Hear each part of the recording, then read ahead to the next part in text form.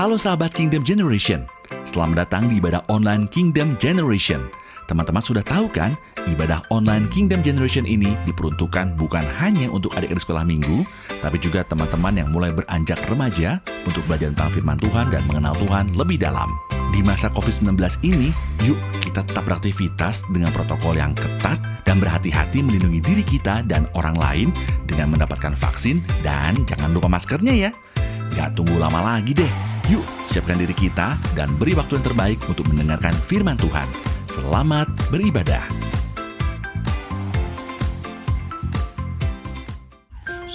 Shalom adik-adik Kingdom Generation. Wow, senang sekali pagi hari ini bisa ketemu kamu, dan kamu. Sudah siap memuji Tuhan? Siapa yang udah siap? Angkat tangannya. Saya kakak. Yuk yang udah siap kita bangkit berdiri.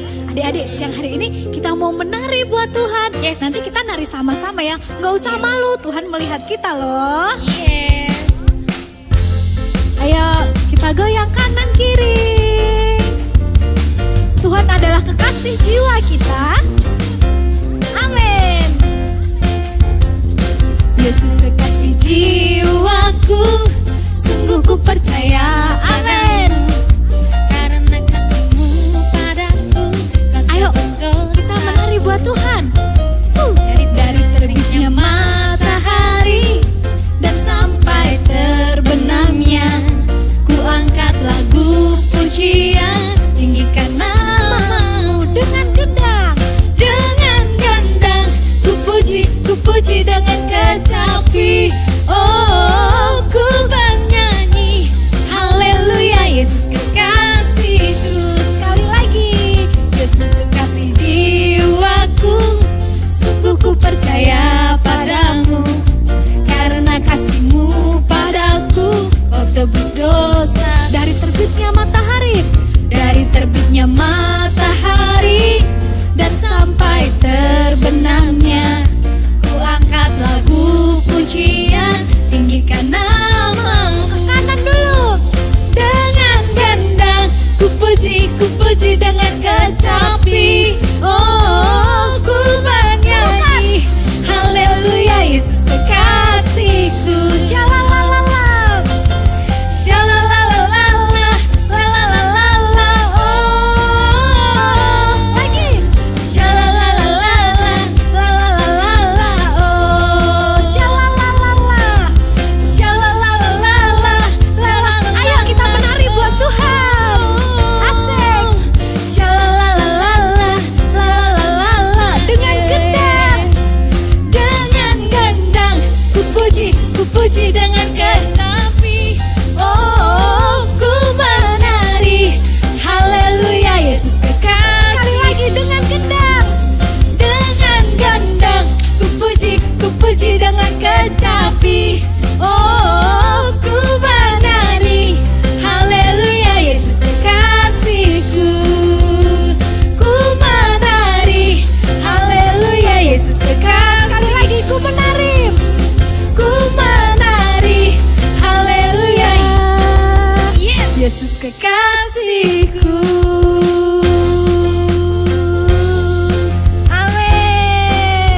Amin.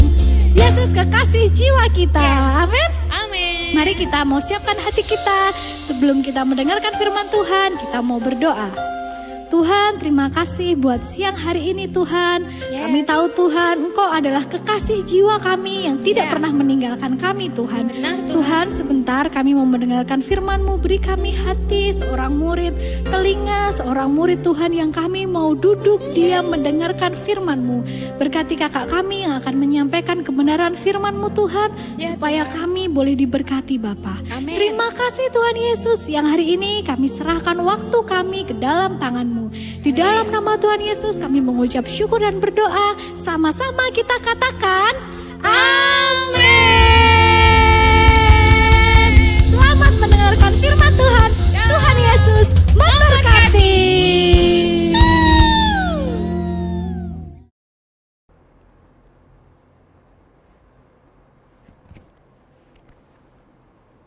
Shalom adik-adik, kita ketemu kembali di hari Minggu yang ceria ini. Terima kasih adik-adik masih setia untuk melihat ibadah online ya adik-adik ya. Gimana nih sekolahnya? Udah ada yang ujian tengah semester ya? Tetap semangat ya adik-adik ya. Mungkin sebagian udah ada yang tatap muka, tapi mungkin sebagian juga masih belajar online di rumah ya adik-adik ya. Nah, kali ini kakak akan membahas tentang bagaimana membangun iman kita dalam masa sukar yang sekarang kita hadapi. Adik-adik berasa nggak sih kalau sekarang nih adalah masa yang sukar, yang sulit buat semua orang. Contohnya nih, adik-adik yang mungkin udah mau 2 tahun kali ya nggak datang ke sekolah, jadi nggak bisa ketemu teman-teman. Mungkin awal-awal seneng kali di rumah nih, belajarnya bisa sambil tidur-tiduran, pegang handphone, terus habis belajar online, makan, tidur, main game. Tapi lama-lama bosen juga adik-adik ya kalau misalnya terus-terusan di rumah. Nah itu dampaknya buat adik-adik. Bagaimana dengan orang tua kalian? Mungkin sebagian ada orang tuanya yang sekarang bekerja dari rumah karena masa PPKM. Ada juga mungkin orang tuanya yang kerja punya usaha warung, punya restoran, atau mungkin usaha yang lain yang terpaksa harus ditutup karena pandemi. Ada juga mungkin orang tuanya yang tidak bekerja lagi, dipecat dari kantornya. Atau yang tadinya kerja kantoran, karena udah nggak ada pekerjaan lagi, akhirnya beralih profesi. Jadi mungkin supir ojek online, segala macam adik-adik ya. Nah itu sebenarnya masa-masa yang sukar sekarang pada saat ini tuh adalah tanda-tanda adik-adik ya. Tanda-tanda apa? Tanda-tanda mendekati akhir zaman. Nah ayatnya ada di Matius 24 ayat 3 sampai 13. Ini kakak bacakan ya. Jadi di Matius 24 3 sampai 13 itu sudah disebutkan adik-adik akan ada masa kesulitan ekonomi, ada perang, ada kelaparan, ada gempa bumi, ada bencana alam, ada penyakit menular yang sekarang ini jadi pandemi adik-adik ya, penyakit menular COVID-19. Ini penyakit ini tadinya awalnya ada dari luar negeri, dari Wuhan, dari Cina. Akhirnya menyebar ke seluruh negara di dunia, semua mengalami yang namanya pandemi COVID-19. Makanya dampaknya itu buat semua orang. Nah di Alkitab juga disebutkan adik-adik ya, gara-gara masa kesulitan ekonomi ini, ada ciri-ciri sifat manusia yang muncul pada masa-masa sukar sekarang ini. Ayatnya ada di 2 Timotius 3, 1-5. Keadaan manusia pada akhir zaman. Demikianlah firman Tuhan. Ketahuilah pada hari-hari terakhir akan datang masa yang sukar. Manusia akan mencintai dirinya sendiri dan menjadi hamba uang. Mereka akan membual dan menyombongkan diri. Mereka akan menjadi penfitnah. Mereka akan berontak terhadap orang tua dan tidak tahu berterima kasih. Tidak memperdulikan agama. Tidak tahu mengasihi. Tidak mau berdamai. Suka menjelekkan orang. Tidak dapat mengekang diri. Garang, tidak suka yang baik, suka mengkhianat, tidak berpikir panjang, berlaga tahu, lebih menuruti hawa nafsu daripada menuruti Allah. Kalau dihitung-hitung nih adik-adik, di ayat 2 Timotius 3, 1-5 ini, ada berapa tuh adik-adik? Ada 17. Ada 17 sifat manusia, ciri-ciri pada saat akhir zaman ini. Nah, kita buka lagi ayatnya adik-adik ya. Yudas 1, 18-19. Demikianlah firman Tuhan. Sebab mereka telah mengatakan kepada kamu, menjelang akhir zaman akan tampil pengejek-pengejek yang akan hidup menuruti hawa nafsu kefasikan mereka. Mereka adalah pemecah belah yang dikuasai hanya oleh keinginan-keinginan dunia ini dan yang hidup tanpa Roh Kudus. Nah, untuk itu hal apa yang harus kita lakukan adik-adik ya dalam menghadapi hal-hal yang tadi kakak udah sebutkan, biar kita tetap percaya kepada Tuhan, apa yang bisa membangun iman kita. Yang pertama adik-adik ya, bangun dirimu di atas iman yang paling kudus. Jadi seperti kita bangun rumah. Bangun rumah itu kan mulainya dari fondasi dasarnya.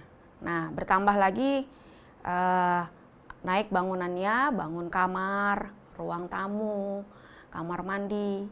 Nah, demikian juga dengan iman kita. Dari dasarnya kita harus bertumbuh, berkembang sampai kita selesai. Jadi rumahnya udah selesai, sudah jadi. Nah, demikian juga kita harus bertumbuh iman kita sampai kita dewasa. Nah, yang iman yang paling kudus itu siapa adik-adik? Iman yang paling kudus itu adalah Tuhan Yesus Kristus. Nah, yang kedua, berdoa dalam Roh Kudus.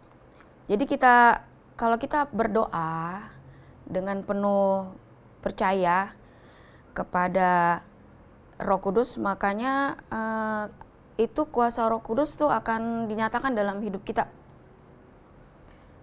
Yang ketiga, pelihara dirimu dalam kasih Allah.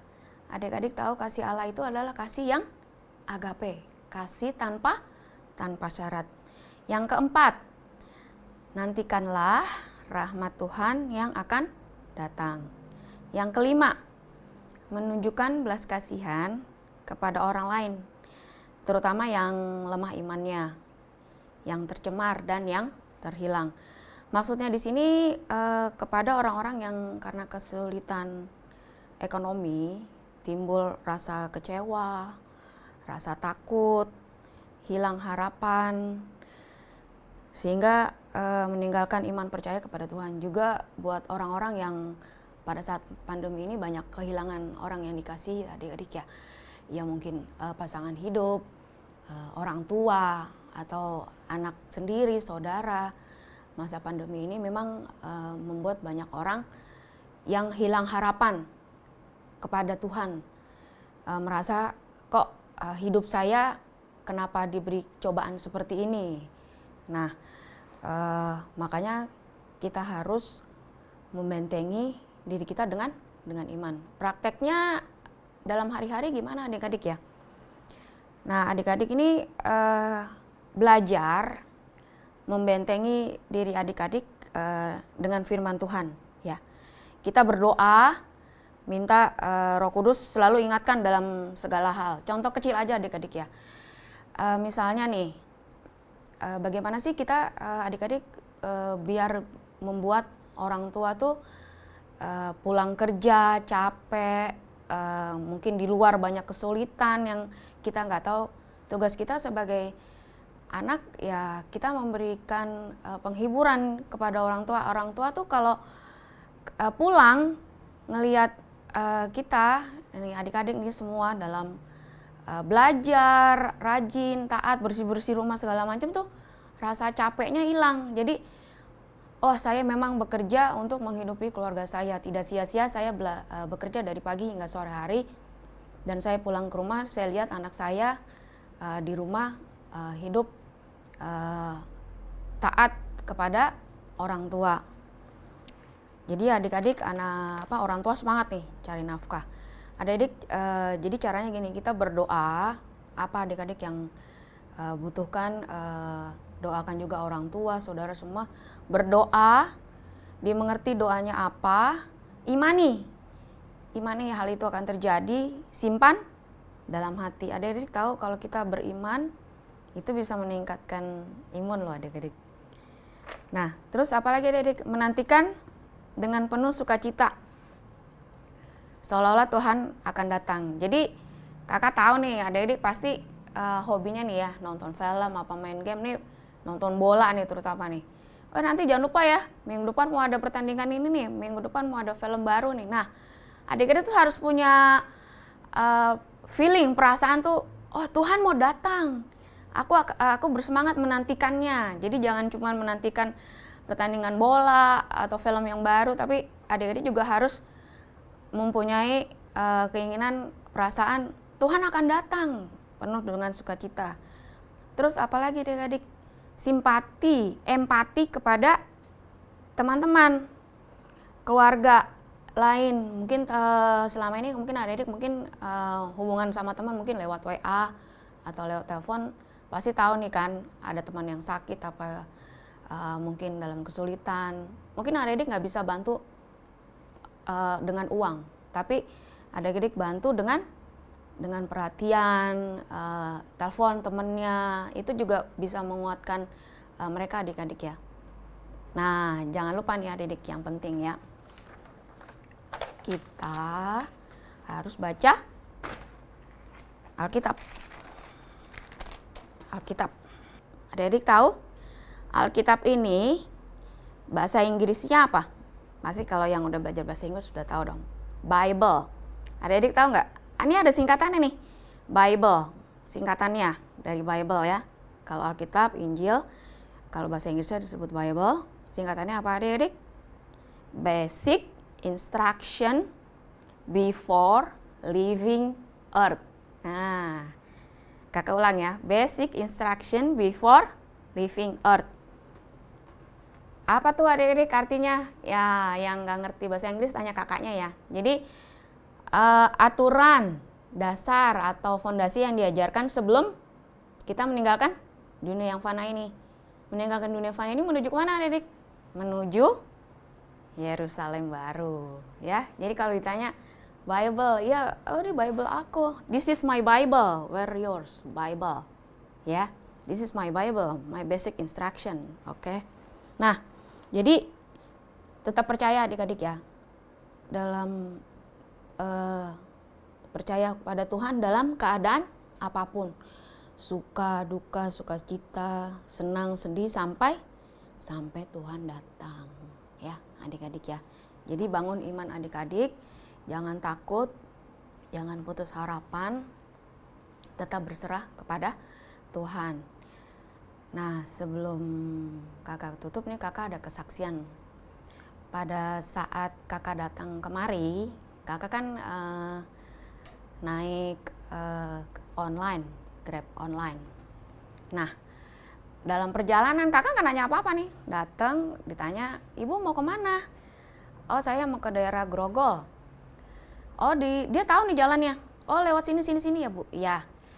Ibu hari Sabtu kerja? Iya, kakak bilang aja gitu. Tanpa kakak tanya, dia cerita nih.